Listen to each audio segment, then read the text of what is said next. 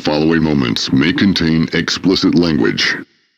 Roger, Charlie, we're ready to rock.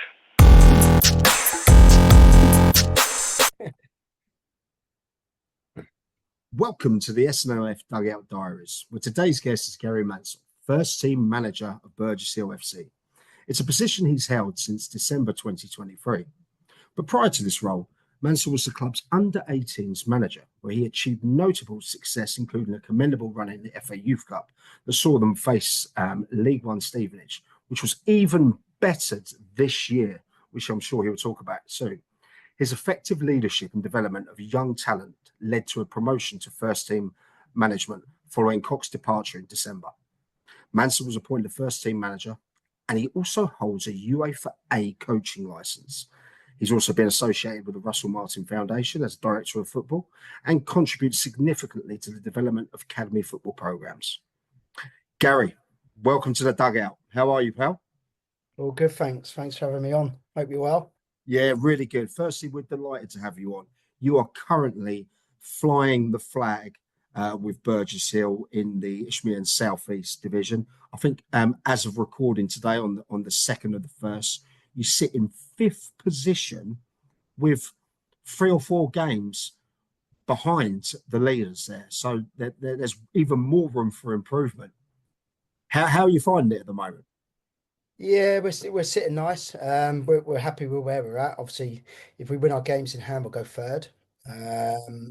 We'll try and chase down the top 2. But you know, we just want to be in that playoff mix. That was our target at the start of the season.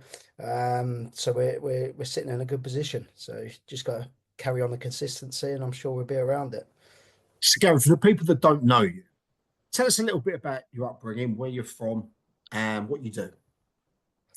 Yeah, so I grew up in Whitehall, so that's where I began my football journey. Down playing for them down at East Brighton Park, and that was the local club I used to go and watch back in the days of Ashley Carr and Mark Duncan and them kind of guys. Yeah, so a while ago. So I kind of started my journey there, and then our team kind of broke away, and we become just a single team club, and then went into senior football straight at 16 from my youth side of things. Yeah, you weren't even blooded in; you were just thrown straight into the mix. Yeah, I mean, it was a different kind of model then. You don't get all the kind of college program opportunities that they get now, and you know, under 18s Isthmian football didn't really exist at the time. So it was either you played under 18s on a Sunday, or you jumped straight into senior football. So I chose that path. What position did you play?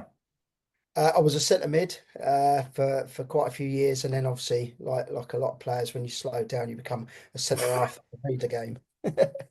I love that. So if you could compare yourself back then to a player nowadays, who would it be? Oh, blimey. No one special, that's for sure. Someone that can pass sideways and not get around the pitch too quick. Maybe a Jan Molby. Love that. Love that. So what do you do in your day job then, Gary? So I work at the Russell Martin Foundation. I'm Director of Football. Can you talk to us about the Russell Martin? Because I know it's a fantastic cause. Something that as I said off air, I've been previously supported 4 or 5 years ago. So talk to me about the Russell Martin Foundation. Yeah, so initially it started in 2016 as the Russell Martin Academy, which was purely football. In November 2017, we decided to take it down the foundation route and become a charity, which allowed us to then open up into branch off into other avenues such as education and health and well-being. So I'm part of the foundation, but most of my work's done on the football academy side of it. And I kind of oversee the football for the academy, the schools, the kind of colleges, kind of work with the guys that are running them departments for us, and then looking at strategic planning for future and kind of where we can go and what opportunities we can create. How many players do you think have come through, I wouldn't say your books, but have come through the foundation since its inception, would you say? Oh, wow.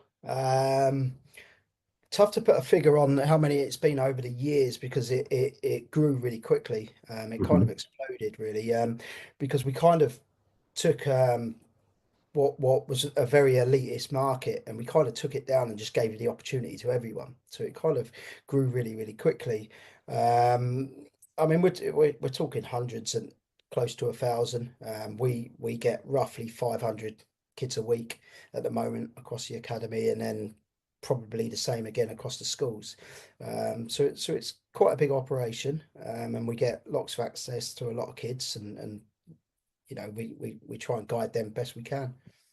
So I'm assuming with all foundations and that, there's money.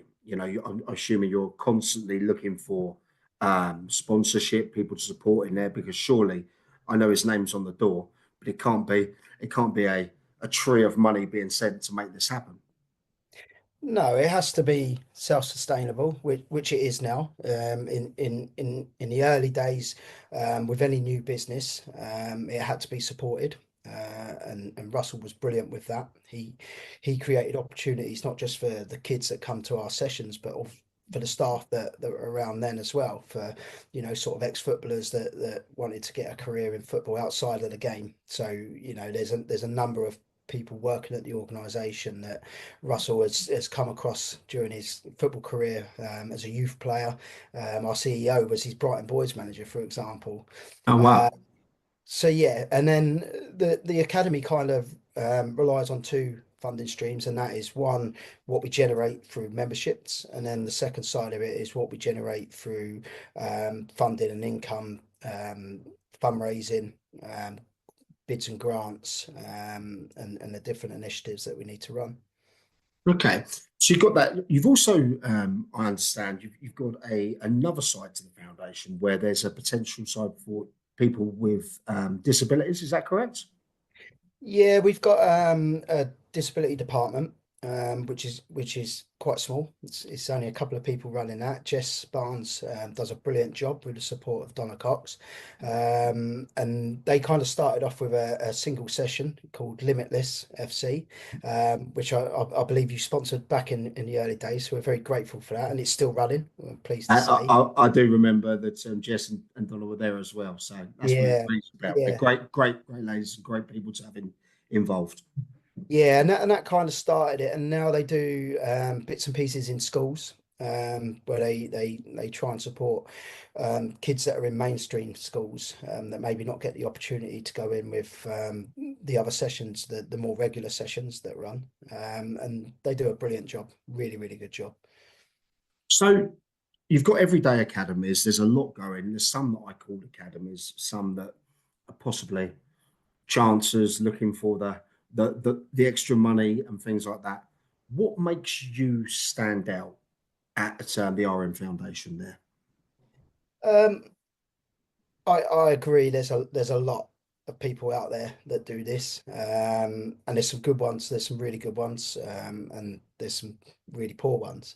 I think what makes us stand out is we don't try and sell a dream. And a lot of the time, I get frustrated because I see things advertised and I think you're just tapping into people's dreams. We don't do that. We're very much based on long-term development. We don't organize trials. We don't do anything like that. What we try and do is develop players bit by bit, small steps.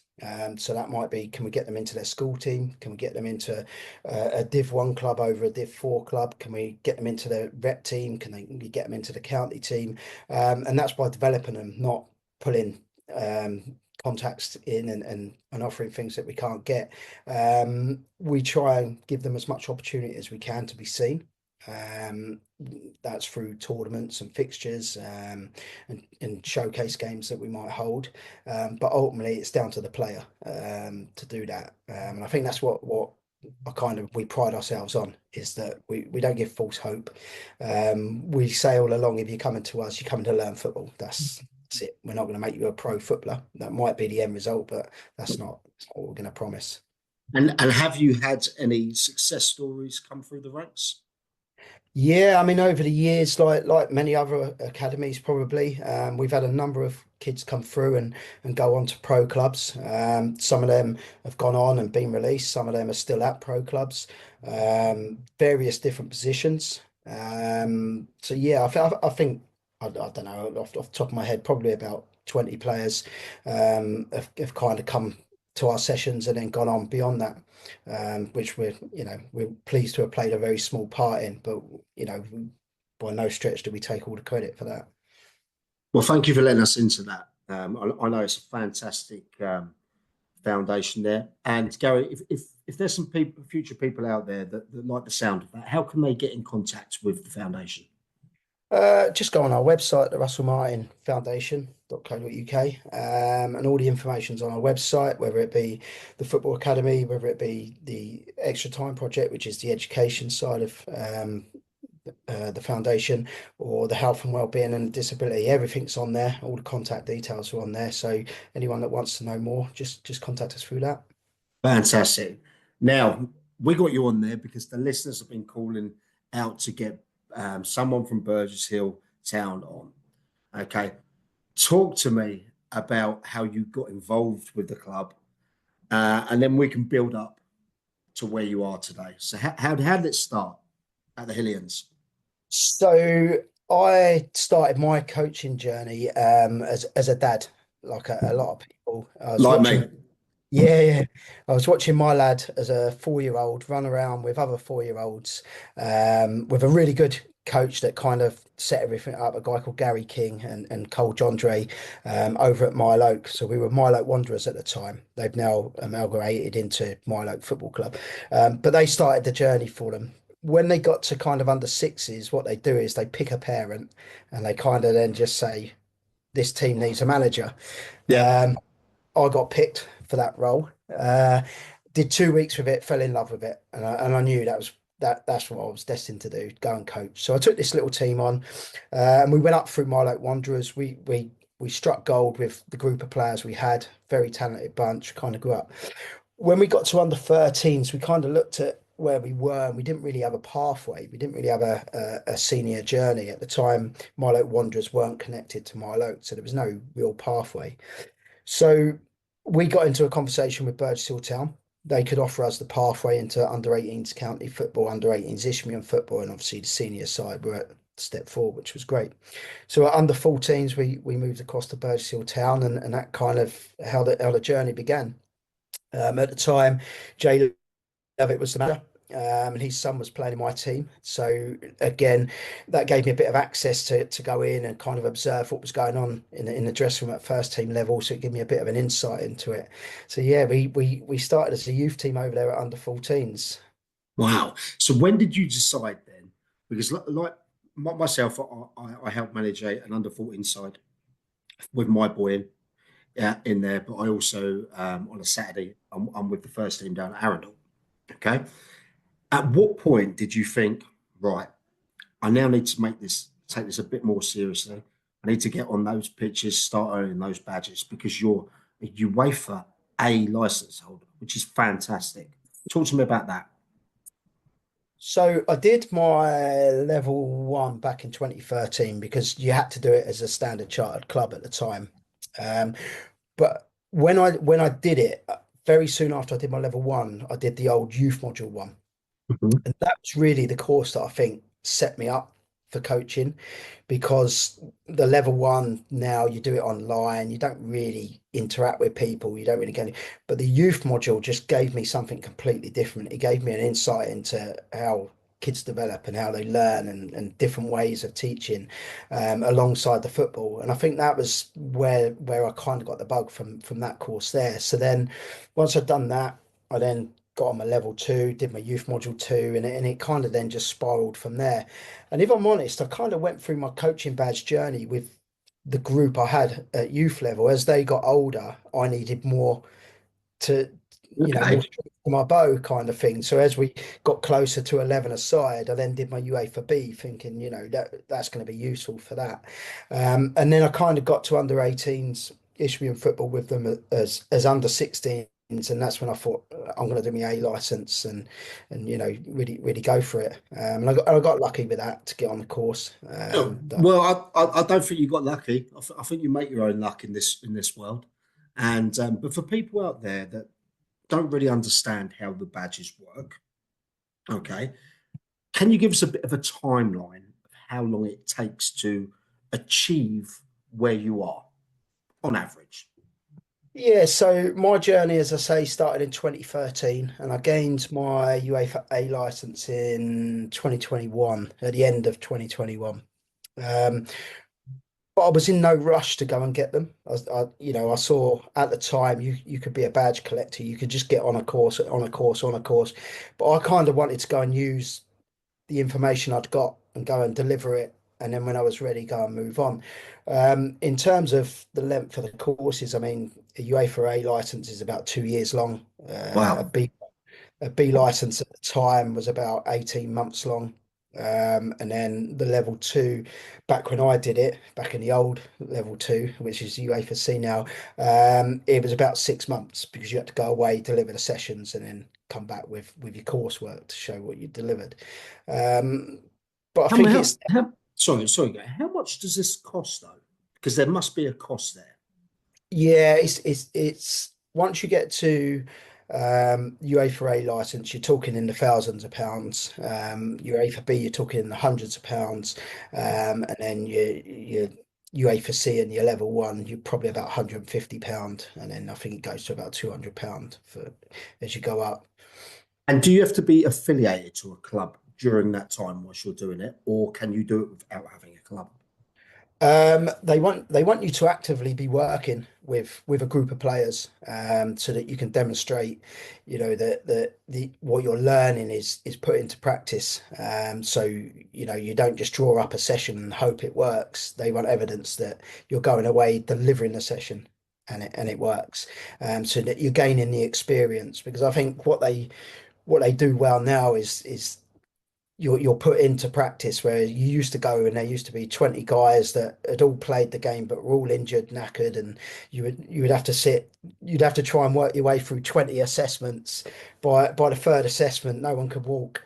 So you were struggling. So now they've changed it and you work with the group of players that you're attached to, which is a much better model.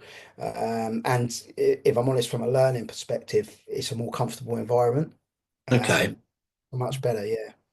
So you made that move then into, let's say, youth, Isthmian youth football, when you go from the 16s to the 18s. Talk to me about that, because I know that you had success there. I know that you were extremely respected there. Your coaching style. Talk to us a little bit about that. Yeah, so we were fortunate. We had quite a unique group in the talent pool that we had. We had a lot of the top players in the age group across Sussex. So when we kind of got to under 15s, we'd already played up a year at under 14s. We dropped back into our own age group at under 15s, but we kind of won everything, and we decided that, well, it'd be nice to go and win things, but actually we want to stretch players. We want to make them ready for senior football as early as we could. So I had a chat with Paul Fowler at the time, who was the under 18s Isthmian manager, kind of explained the group I had, what my ambitions were as a coach. And he was brilliant, to be fair. So he kind of took me on as a joint manager with the Isthmian group. And then we just tried to do something unique, really. We decided we were going to write a season off. We were going to put an under 16s group into the under 18s Isthmian League with a few first and second years. How did they adapt to that? Because that's a massive step up. Unbelievably well, actually, because Wow. all we did was we set a target that the first half of the season would be our learning, the second half of the season would be we'd improve on what we did in the first half. But we actually finished mid-table in the end, and we got some really good results, and we developed much quicker than I expected. We still had our Sunday football. We played in the under 18s county league on the Sunday, so it was a bit of a level down, which gave us a little more breathing space, So Isthmian was a bit full on, had to do lots of work without the ball. The county 18s give us a little more time on the ball, so we were able to get the best of both worlds across that season. And then that kind of just developed really, really well. And then we went into our first year as under 18s. with a really good group that was ready to go, and we're already a year ahead than a lot of their peers. Love that. I love that. It's giving them a way of blooding them in, but the right way, knowing that you have expectations on the lads. You weren't putting too much on them, but you knew that you were looking towards the future for the year after. And it seems that that paid off massively. Now, everyone wants to hear about your current side. So you took over in you've been there about in charge about just over a year now. Yeah, yeah, just over First a year. team. Yeah. Talk to me about this first team because I don't want to sound disrespectful, but you're up there punching with some big budgets in that league, and you are literally flying the flag. Talk to us about it. Well, What are you coming in, doing different? What are you doing different that some of the others in the league, and you know the ones that we'll speak of. What are you doing different up there? well, we built a clear strategy. So when I came in December, the team wasn't in a horrid place. They were they were sitting 12th, 6 or 7 points off the kind of relegation places. So they weren't in a horrible place. But they were nowhere near the playoffs either. So it was kind of so I come in, kind of gave the players an opportunity to kind of make their way or seek other opportunities. That was their Okay. choice. A few players did that. Um, and what that did was that opened up space for us to bring some of these young players in, and take a bit of a gamble on them. And the first game that I kind of took, we went to Seven Oaks and we played brilliantly. We were 3-1 up and we conceded 2 goals in injury time, which wasn't great. Then we got beat convincingly by Lancing, but then we went on a 5-game run. We lost a few senior players to injury, so we ended up with the youngest squad we possibly had. I think the average age was about 19. Wow. Um, and then we went on a 5-game run, winning games, which put us safe, and it gave us a bit of breathing space. But what that actually did was that allowed me to kind of then go and learn the league a little bit, get used to the level, kind of work out which players were doing what other clubs had, kind of what was good practice, what which wasn't. And then that allowed us to set up a kind of strategy for the summer, to make sure that we were ahead of the game. And part of that was recruitment. So I spoke to our board. I took the decision that, where I was in my management career compared to my coaching journey was I needed a bit more experience around the place. So Lewis Taylor was in with me, who had played higher, and at that level had good contacts, and then decided to bring Jay Lovett back in as a co-manager. I've heard he's a great guy, by the way. I've heard a lot about Yeah, him. yeah. And he knows the level, and he's absolutely brilliant in terms of you throw a name out there, a player, and he knows where they've been, who they are, who they play for. So that just helped us build a recruitment strategy. And when we looked at the strategy of the recruitment, we kind of looked at 3 buckets that every player had to fit, for us to recruit them, because we just felt we had some really good players, but they'd been used to playing around the bottom end of the league for too long, and we wanted to change that mindset, and we wanted to change the culture. So when we looked at the players, we looked at number one, did they fit the physical profile of the league? Mm-hmm. Because it's a bit of a kind of no man's land step four. You've got some really good sides, really good players, but you've got some teams that go direct, some play. You've got some good pitches, some bad pitches. It's a bit of a kind of middle ground. So you've got to be prepared for everything. So we looked at the physical profile of the league and the players fit in that, and we kind of said, well, if they don't fit the physical profile, technically they've got to be off the chart. They have got to be Okay. so special that they can adapt. The physical profile won't matter because they're absolutely unbelievable technically, or their game intelligence is so far ahead that they can get around it. And then the third thing that every player had to tick was the culture box. We needed players that had won things, that had played at the top end, that had played in the division above, that had this winning culture, but at the same time had a good reputation in the dressing room. Okay. That's what we went after. So the first 2 or 3 signings kind of set the tone for that. In terms of Brennan O'Neill was the first, Hamish Morrison was the second, and then Ben Pope and Ryan Worrell. And once you've got these kind of guys on board, the phone starts ringing. Everyone wants to be part of the journey. And we had lots of players contact us, some that we turned down, some that we signed, some that we kind of debated about we might have missed out on, but they had to fit our dressing room. That was the key thing. So, is there anything you're doing different though compared to? I mean, I'm looking at the rest of the teams in Sussex down there, and I'll be honest, you've got Stenning, you've got Littlehampton, you've got Lancing, in Three Bridges. They seem to, Bob maybe Burgess Hill, they seem to be struggling at the moment. Do you find there is a difference with the Kent teams to the ones over here? Or is it a case of maybe they have more resources, let's say? I think there is a difference between the approach in Kent to the approach in Sussex. Obviously, I think a lot of the Sussex teams within Kent are seen as a bit of a soft touch, whereas we kind of think, well, we play a bit more football than the Kent teams. So there is a big difference in that. But I think what I would say in terms of the Sussex teams, looking at the minute, a lot of them are new to the level. So it takes some adapting. And you can't go into it being naive because you will get found out. I mean, if you take Broadbridge Heath as an example, they're sitting mid-table, they're having a great season, but they really struggled at the start of last year. Their first half of the season was a big struggle to them, and then they kind of found their way, and then they've kind of built on that. So when you look at that bottom end of the table, you kind of look at Stenning, they're new to the division. Littlehampton are down and around it, but theirs will be to do with attracting players to where they're located. Three Bridges is a false position. I think you'll find they'll climb the table quite quickly now they're back home. I think you agree, travelling all that way for their fans to go away. And I'm sure Jamie's doing a great job down there anyway. Yeah, they've got a good squad as well. They will definitely climb the table now they're back home, in a great facility as well. And then you've got Jude down at Eastbourne Town who is doing an incredible job with what he's got down there. But a really talented coach, very, very clever manager.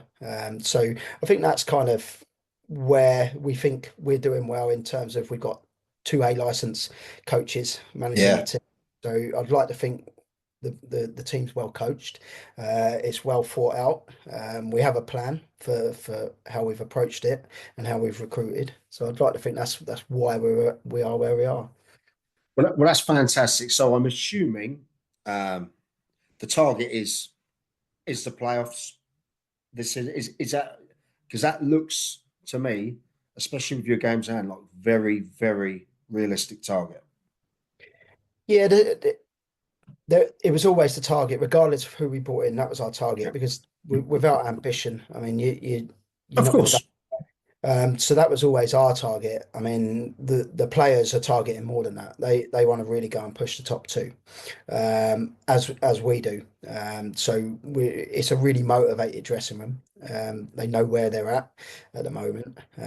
Our job is to keep that consistently going, and making sure that we don't rest. We stay hungry for it, and standards are met, which hasn't been an issue up till now. So that's kind of our job at the moment. Well, that's excellent. Now, you had a bit of bad news in the last 24 hours. I saw some pictures online of your clubhouse, and that we obviously, I'm a Worthing lad, so I'm just south of you guys. Obviously, that's a storm. How bad is it? They're assessing the damage at the moment. So there's roof repairs going on. We've got an amazing group of volunteers at the football club, I have to say. It would have been a lot worse if it weren't for these incredible people that acted so quickly. They got to the club, they put a temporary repair in place, which saved a lot more damage than that could have been caused. So the roof repairs are happening tomorrow. They're assessing the electrics, and then drying things out. So the extent of the damage at the moment is unknown, but we're confident that it won't affect any games in January that we've got lined up. Excellent. Now, Gary, I always end the show with 3 minutes worth of rapid fire questions for you. Okay, so I'm going to start my little clock. There we go. And are you ready? Yeah, all good. Messi or Ronaldo? Messy for me. Tea or coffee? Coffee. Hard-working player or top skilled? Oh, difficult because I don't think you could have one without the other if you're really going to go somewhere. But I think a non-negotiable is you've got to be hardworking. Well, that's my next one. What are your three non-negotiables? Uh, Hard work, definitely. Got to be prepared to run. Um, Standards, definitely. Timekeeping, appearance, buying into new ideas and culture. And I think culture is the third one, really. The term "no dickheads." I think it's a really important one. Favorite away ground to play at? Oof. Um, I'm trying to think where we might have got a good result. Um, I quite like Merstham actually as a little ground. It's a tight little ground, and we've had some really good games there. Not always got the result that we've wanted, but really good games. Just really good people up there. Yeah, quite like that. Who's the joker in the squad? Oh, we've got a few actually, but Ryan Worrell is up there. He's off the chart. If you and your assistants weren't in charge for the day, who's the one player you could trust to manage the team for one game? Oh, again, we've got a few actually. We've got a few that you could do it. Brannon's brilliant. He's a brilliant captain. Ben Pope is very good at driving standards. There's a few senior boys in there that would step up. Got Kieran Rowe, Marcus Allen, good leaders as well. Yeah, we got a few actually. To be fair, they'd be in good hands. Hey, who's the one player you would keep well away from the manager's duties? Um, oh. I think Ryan actually. I think Ryan Worrell would have to because I don't know what that guy would do if he's in charge of the team. Favorite alcoholic drink? I'm a beer drinker. Yeah, simple. Post match meal? Uh, Pasta quite often. Although they do good food at Burgess Hill, they mix it up quite a lot actually. Outside of your team, who do you reckon's the best player in the league? Best player in the league. Outside your team that you've come across? Um, I quite like Pierre-Emerick at Croydon. He's a good player, plays off the left-hand side for them. There's a lot of good players in that league, to be fair. Joe Taylor, you have to acknowledge, I mean, 50 goals every season at that level. Very, very good player. There's a few at Ramsgate, to be fair. Um, yeah, there's quite a few. You could go through a list. And the final one, you're stranded on a desert island and you've got to take four of your players with you to get you through a month. Who are you taking? All players, okay. I think I would take. I'd take Ryan Worrell for the entertainment. He'd keep morale high. He'd be entertaining. Um, I'm trying to think someone that might has got some survival skills. Maybe Slav, our goalkeeper. He's a bit of a grafter when he trains as well, and bit of a leader. So maybe take him. I need two Uh, more. He's up quickly. I need two more. Two more. I'll take one of the young lads, probably Harry Lawson, because he just gets his head down, gets on with it, actually listens. So he'd be all right. He'd be all right over there. And then I think I'd take oh, maybe a Martin box full of energy. Would be good for going collecting things and building things there. Yeah. Well, Gary, you've been an absolutely fantastic guest to have on. I truly, truly appreciate your time. As I said, you're flying the flag at the moment. all the boys at the SNLF really, really support what you're doing up there. We hope that you do get promoted, and that if it doesn't happen, we know the club are in great hands. Gary, thanks for coming in the dugout, pal. Thanks for having us on. Keep doing the good work. I'm really enjoying the podcast. So, yeah, thanks for having me on. Legend.